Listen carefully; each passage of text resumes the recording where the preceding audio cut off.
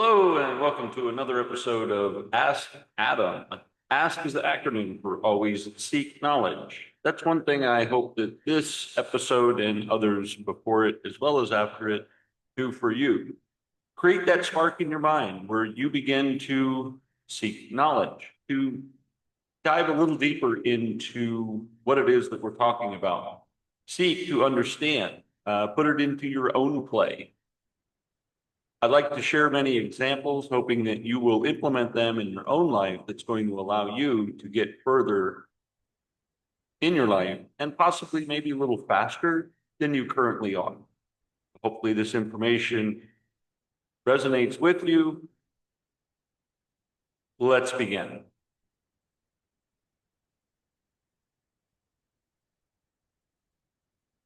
Goal setting that actually works. Goals aren't achieved through height. They're earned through systems, identity, and clarity. Most people don't fail because their goals are too big. They fail because their goals are too vague.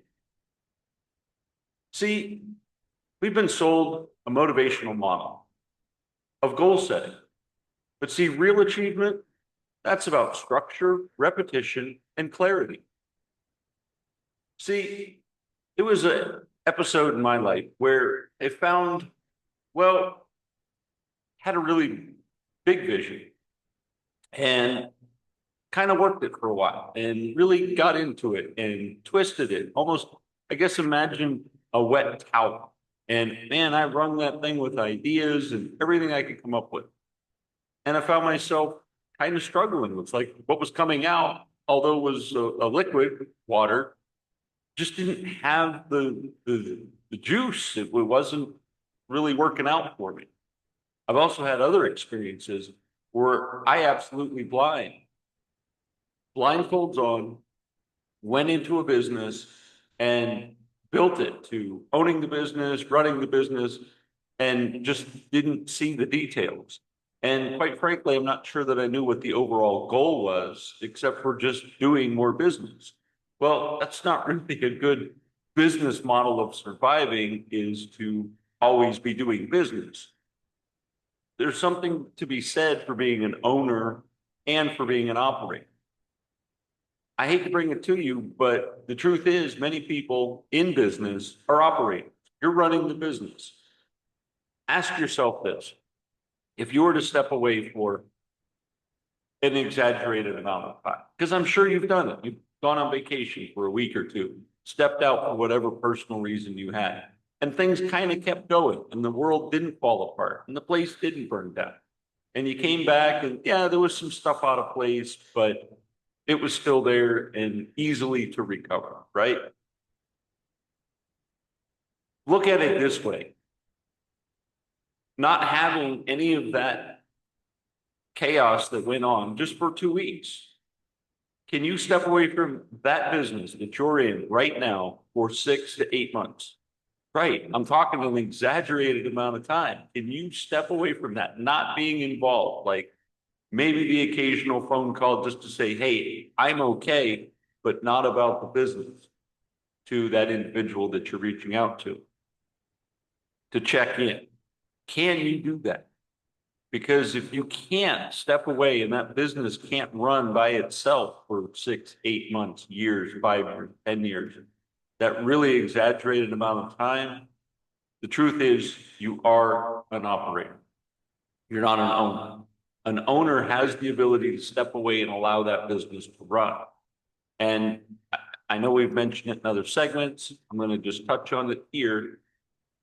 As an owner, when you own a business and it's thriving and building, you're allowed to step away.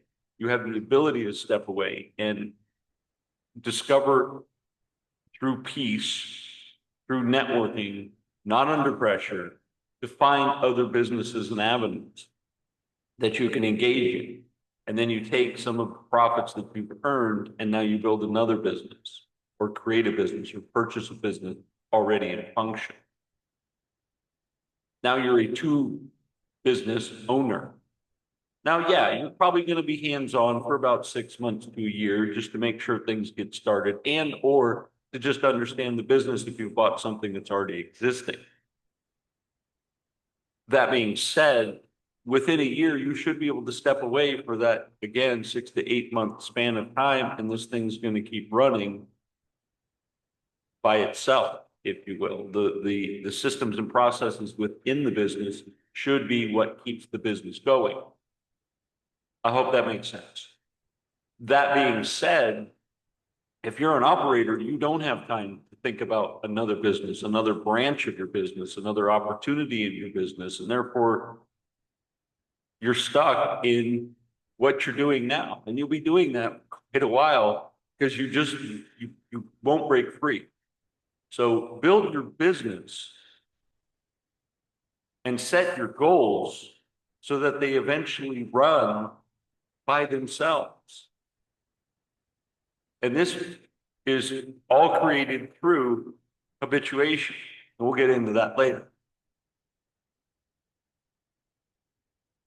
So I promise you that this episode will walk you through goal setting, a process that actually works because it focuses on the how and the who, not just the what. Part one, most goals don't stick. And the reason is really three. They're too broad, they're too distant, and they're too isolated. Now let's break that down a little bit. Too broad. I'll get better at it. Well, if it's, again, going into a little bit of what I teach and train is that if it's not your soul's purpose, you probably don't have those innate skills to already be doing it. And therefore, it's going to be a struggle for you to learn how to do something that's just not natural.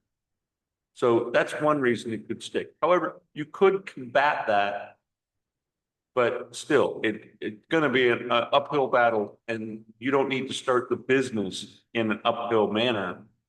That should come later when you're trying to innovate and change something, when you're trying to span out, branch out, to create another opportunity that's in your business or peripheral to your business. Too distant. You know, if you're telling yourself someday you will, I'm going to be upfront with you that someday you won't, because someday is going to keep coming. And it, just like as I shared earlier, I was busy in business, just making business happen. And I kept saying to myself, you know, someday I'm going to have this automated. Someday I'm going to have a system and process. Someday I'm going to not have to show up every day to keep that income stream rolling. It's going to be automatic. And I did, to a certain way, get that set up. This was specifically in real estate, that I had 6 agents that were in the office. I had 2 other owners. They could have stepped away for 6 months and kept it going. However, it wasn't solid enough because even the 6 agents, although top field agents, absolutely, they were the best at their craft. I want to not say that I was particular, but I didn't say yes to everyone. I wanted to make sure that individuals that were in the office that were producing for themselves and for the office, that they were the best. And that it wouldn't require a lot of extra work on myself or the other owner's part to make sure that they were striving and succeeding. Now we had training tools and workshops and stuff to help build and innovate business, especially in the early 2000s when the internet was becoming a thing. Yeah, we were helping them become and build themselves as better agents, and that everything could run. But they were also human beings, and they have concerns, life concerns, things happening. And all of a sudden they might be out a couple of weeks, which means their production wasn't producing for the house at large.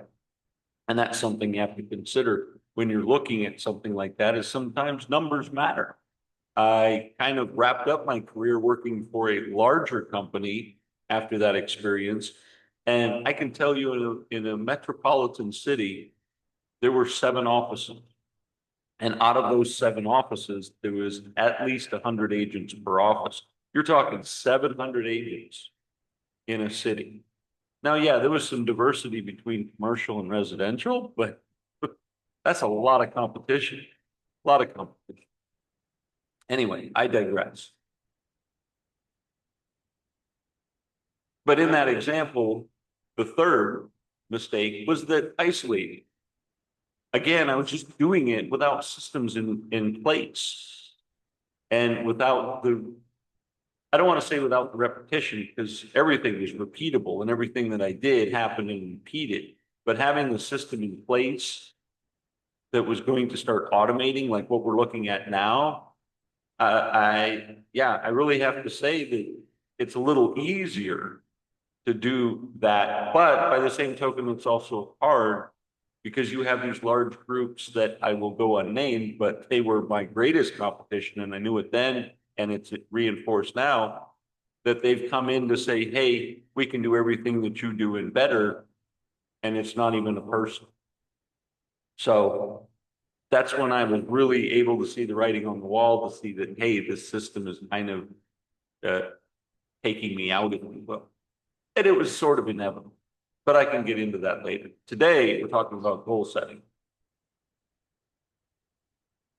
You know, as we talk about in neuroencoding, which is one of the things that I practice, is your brain doesn't follow goals, it follows identity and instruction. So once you know what it is and you know the steps to do it,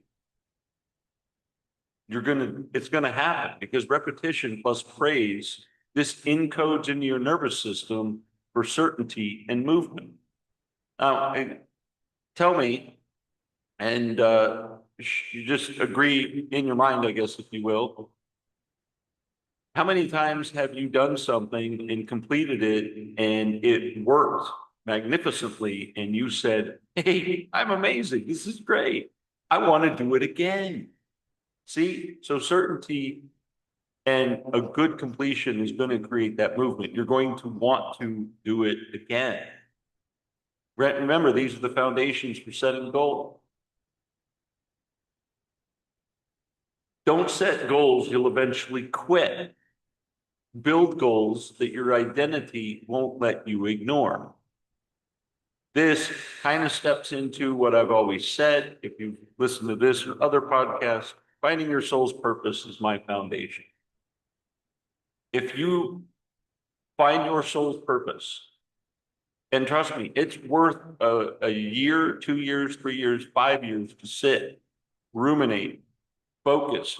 I'm not talking the college sabbatical where you step away and don't go to school for a year because you decide you're too young to grow up and you'd rather play, mess around, do whatever you do in a relaxing fashion and not continue your studies or build life or something of that nature. But it's okay to ruminate. If you're going to focus on something, not play, but truly focus on it and get deep with yourself to understand your soul's purpose. I believe the sooner you do that and the sooner that you act in that fashion, putting these goals in place, I think the slightly easier life is going to be because you're already doing something natural. You're doing something you were designed and built to do. And that's worth the 3 to 5 year wait of understanding what it is you're supposed to do because you're going to thrive from that point forward. So that being said, it's helpful to find your soul's purpose. It is helpful to put that in action. And once you do find that purpose, put it in action, start implementing, understanding what is it. If it's something that maybe seems slightly foreign to you, and I know that sounds strange, but understanding your soul's purpose and then implementing it in the time that you understand it, right? So take the internet, for example, right? Kind of early 2000, the internet was sort of a thing. It was late 90s, but I mean, everybody by 2007 pretty much was on it to some degree. Smartphones were still kind of getting started, but if you had a computer at home, you were on the internet. You were doing something on the internet. Google was kind of in its infancy and really starting to build content. Knowing your soul's purpose, then you would begin to implement this new tool that's there, that's in front of you.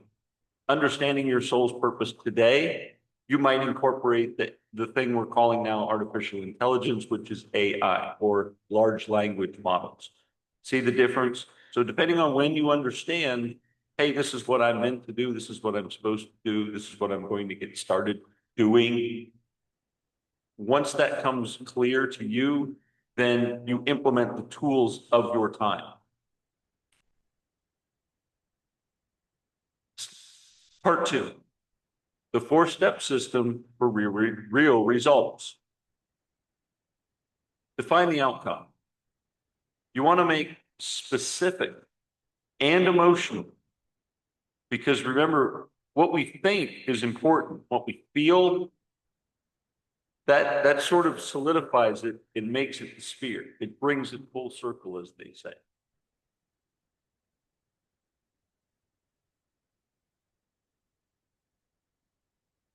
You want to visualize things. You want to put them in writing, put them in a journal. If you're building a business and you see what this is, start writing down what the business plan is, what the steps are, what direction it's going into. Part of this is the dual encoding of we write, we invite what we write. And by writing that and thinking about it and seeing us write it and even going back to read what we wrote is going to help sort of solidify the idea that you put forth that you want to do, the business you want to start, the action that you want to happen. A reverse engineering plan is maybe work backwards. What has to happen monthly or weekly or daily in order for this goal to take place? For instance, if you have a goal that you want to lose weight, you want to be healthy, what's the first thing you might do? Well, you could say, here's what I'm going to do every day, which is going to turn into what you're going to do each week. And then each week's going to get multiplied to what you're doing every month. And you may even break it up where it's, you do these things on the daily, you do these things on the weekly, and you do certain things on a monthly basis. Like every 20 or 30 days, you may do something else that is to contribute to your best health. Consider micro moves matter more than massive leaps. Again, just eating correctly, eating healthy with the mindset of living longer and not eating something that's heavy on your body. I mean, that's something you can do daily. Maybe considering a new recipe is something you do weekly. Say, hey, each week I'm going to take a night and make a healthy recipe to determine whether or not that is something that you would enjoy or maybe not so much. And you'll find that through that process, you're creating new recipes different than the ones you enjoyed before with new ingredients and your little trial and error. So you're going to be kind of a guinea pig once a week and try this new recipe and add some new flavor to an old recipe or change some options that make it more healthier. By doing that in small steps, you're going to start implementing it into your daily, your weekly, and your monthly activities. And before you know it, it's a habit.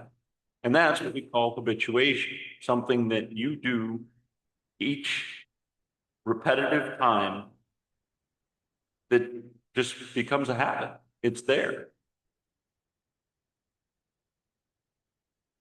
Again, you got to align with your identity.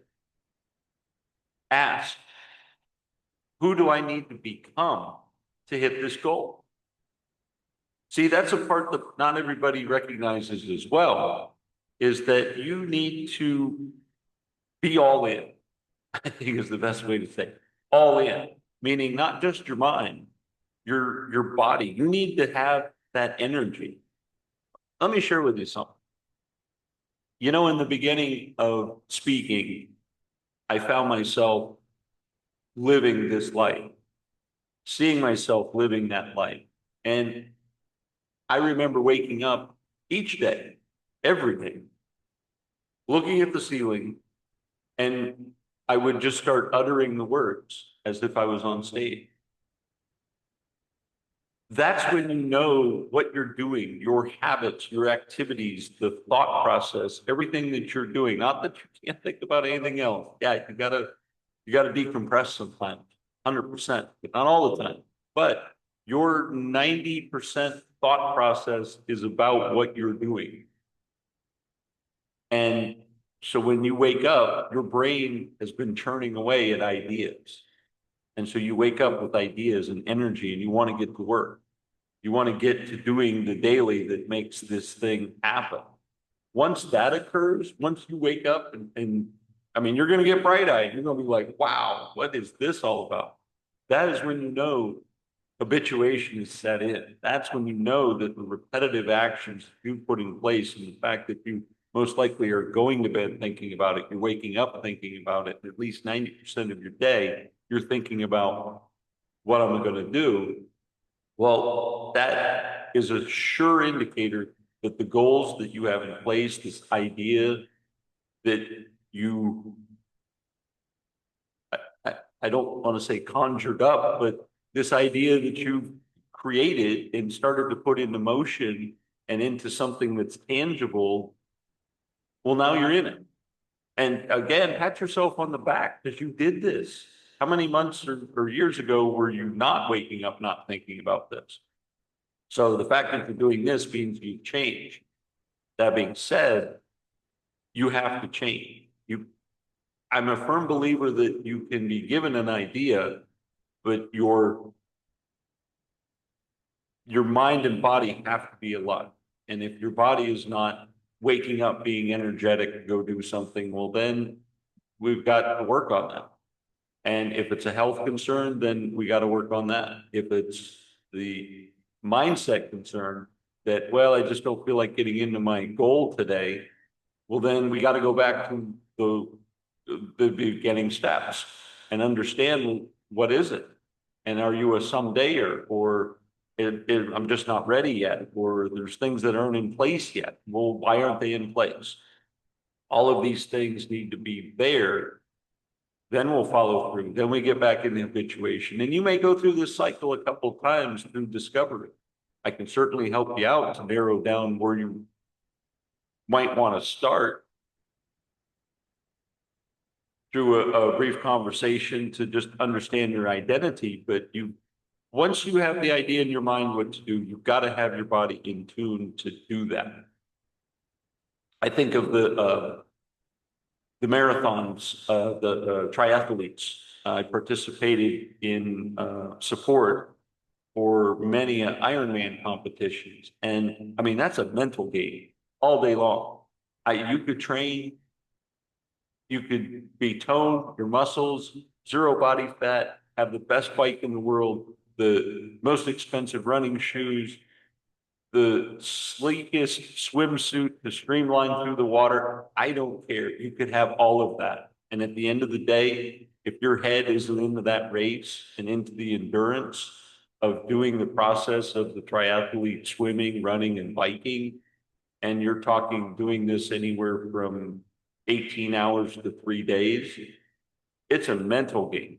And if that seems like, wow, who would do that? I would recommend David Goggins, who, yeah, David Goggins. Look him up, Google search, he's got several books out there. It's a mental game. It's a game he still plays today and will tell you about it. And so you have to be in it, and in your mind and in your body to get up each day and do the function that you're saying, this is my goal.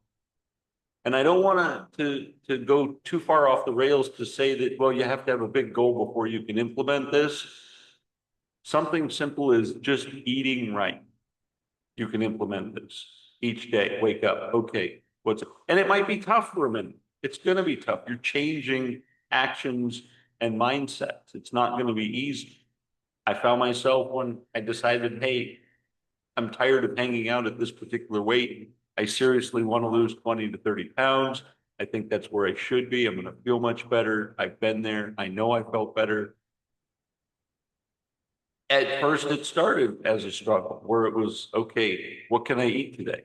Oh, well, I'm in a hurry. I'll just eat this. Well, this wasn't good for you. But if I prepare if I created the habituation of preparing a meal and having prepped things and then mixed it the day I'm going to consume it so that I can travel with it.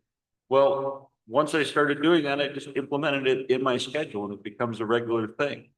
Quite frankly, when I go to the grocery store, I'm not browsing. I know exactly what I want. My list is the same. I might, get a particularly stuffed olive. I love olives, so to get like a jalapeno stuff or maybe cheese stuff or something exotic like that might catch my eye. But I can tell you 98% of the time when I'm in a grocery store, I already know what I'm getting because I've seen it in front of me. I've processed it so many times. It's a no-brainer. I don't need a grocery list to remind me of all the good food that I'm going to purchase and eat. Now, maybe there's a fresh fruit or vegetable that's in season. Well, then I'm certainly going to grab that outside of my normal list. But I can tell you, yeah, my list is the same. And I found that, guess what? Through that habitual behavior, I lost weight, as well as the mindset of waking up and always seeing myself skinny as I walk into my bathroom, pass in the mirror. I looked and said, look at that skinny fella. To remind my mind what it is that I wanted, as well as to just keep that locked in. So when I do go to the grocery store and I might happen to see some snacks, which quite frankly, I don't anymore, but in the beginning I did.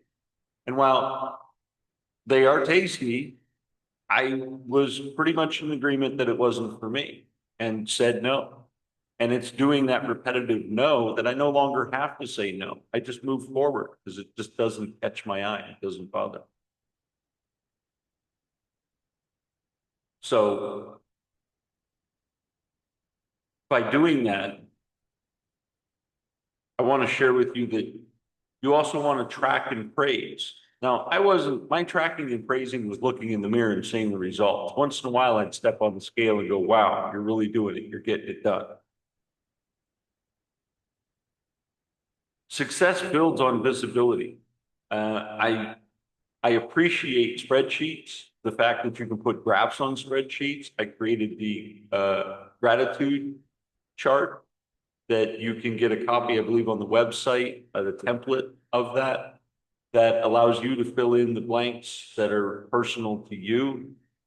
But this allows you to see and track. And the reason I appreciate the spreadsheet is it basically can go on forever.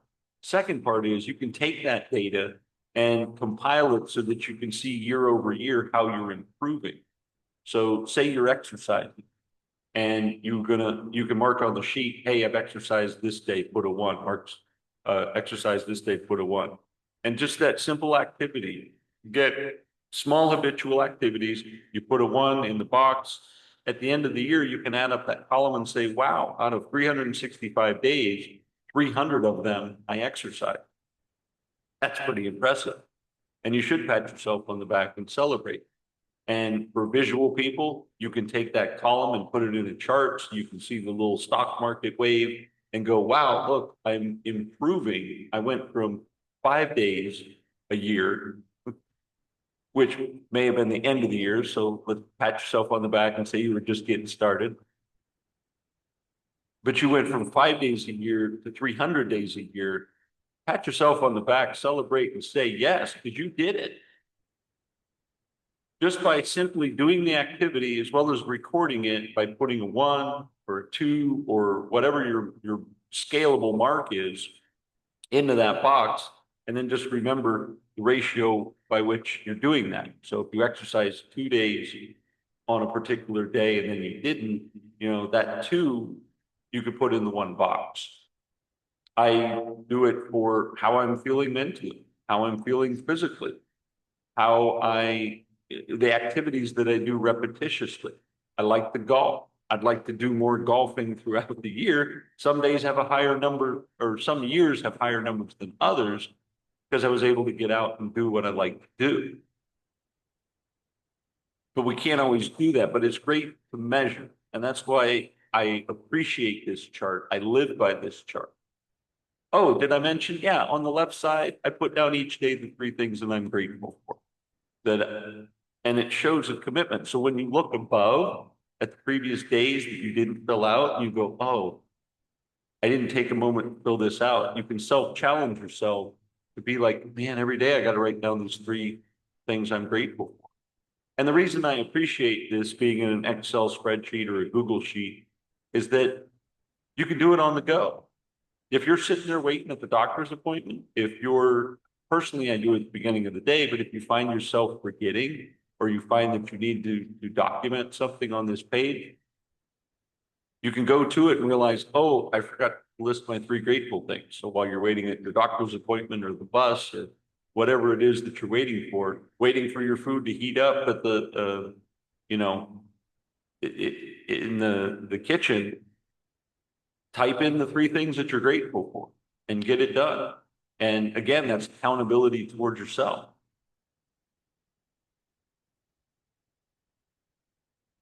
Again, I talked about writing down your goals and attaching those daily rituals to it to help launch what it is that you're trying to do. Again, going back to business. If that's what you want to do, then you got to write down each day what it is you're doing and start implementing those things. And if maybe something you implemented, you found didn't work, well, now you need to, again, through this daily process, you're going to put down some more things so that you can always go back to that page and say, wow, oh, here was a thought from 4 weeks ago. Let me start implementing that and see if that works. Don't hang your hat on one hook. You want to have many hats on many hooks. That way, if something isn't working or something starts to fade out, or dare I say, society changes under no control of your own, right? Because you're working out your goals and your habits, but society changes for whatever reason that they have, that you're able to pivot with them.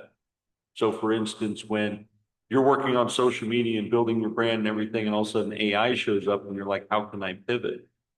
Well, I'll start learning a little bit about this large language model and how it can be implemented in your business, or even just implemented in how you're building your goals and how you can implement habits.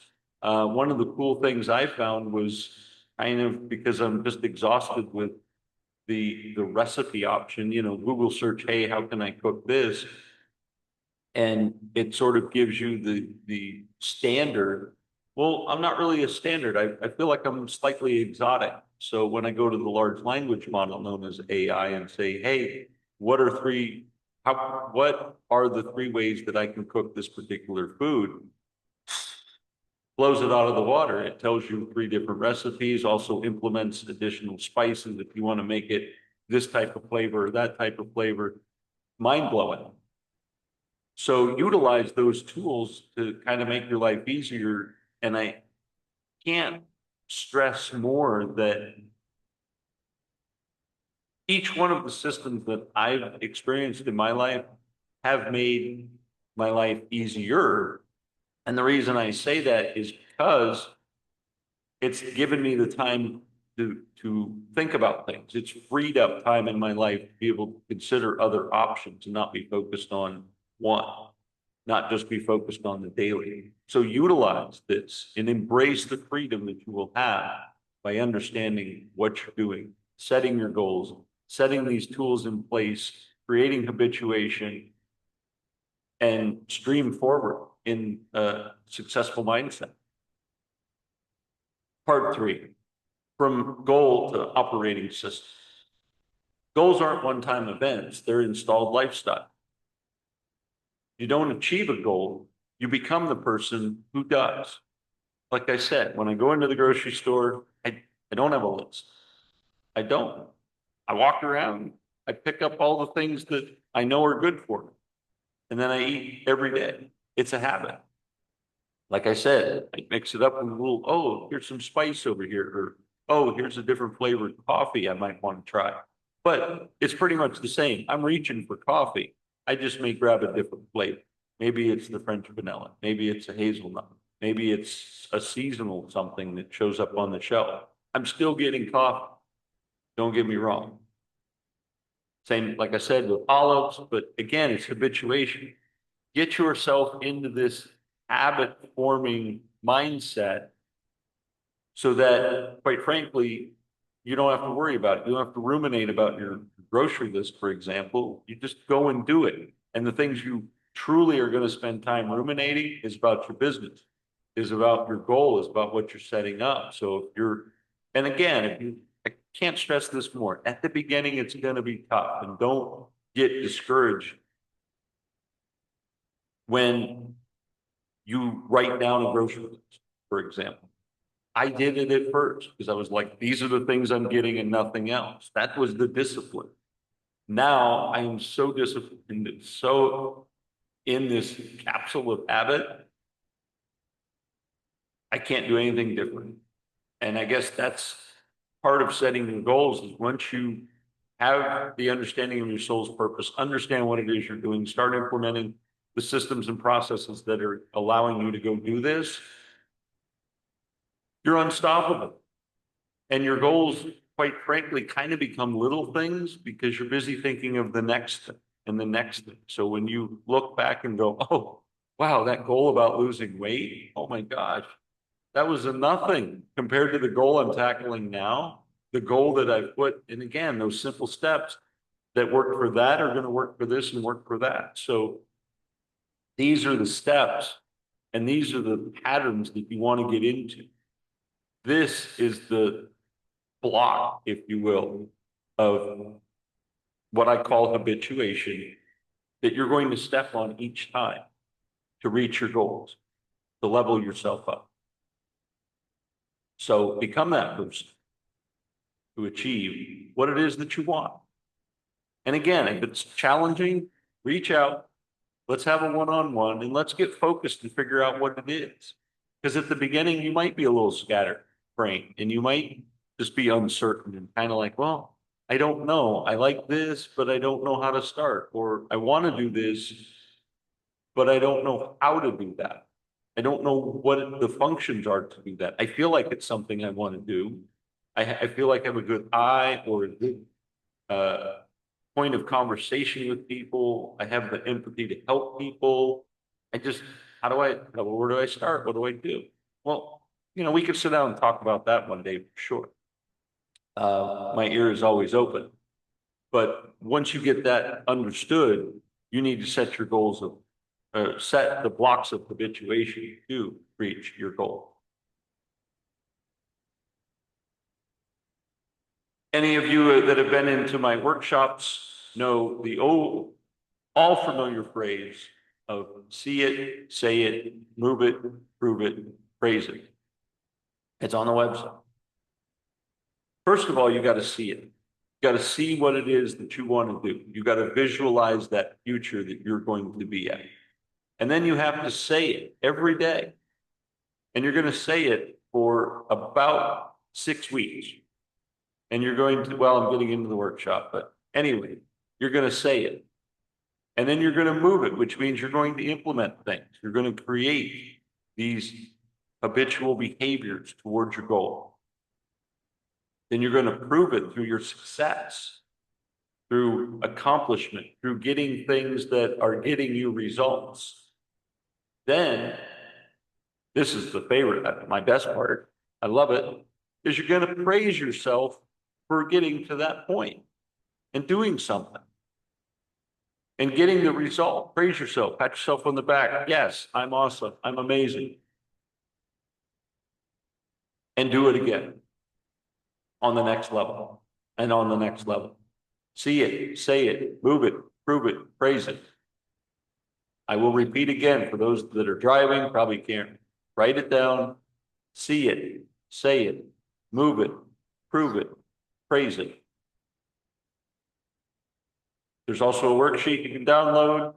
I suggest that you utilize that. That will help you to remember. Speak your goals out loud. Move as if they've already happened. Log your micro wins daily.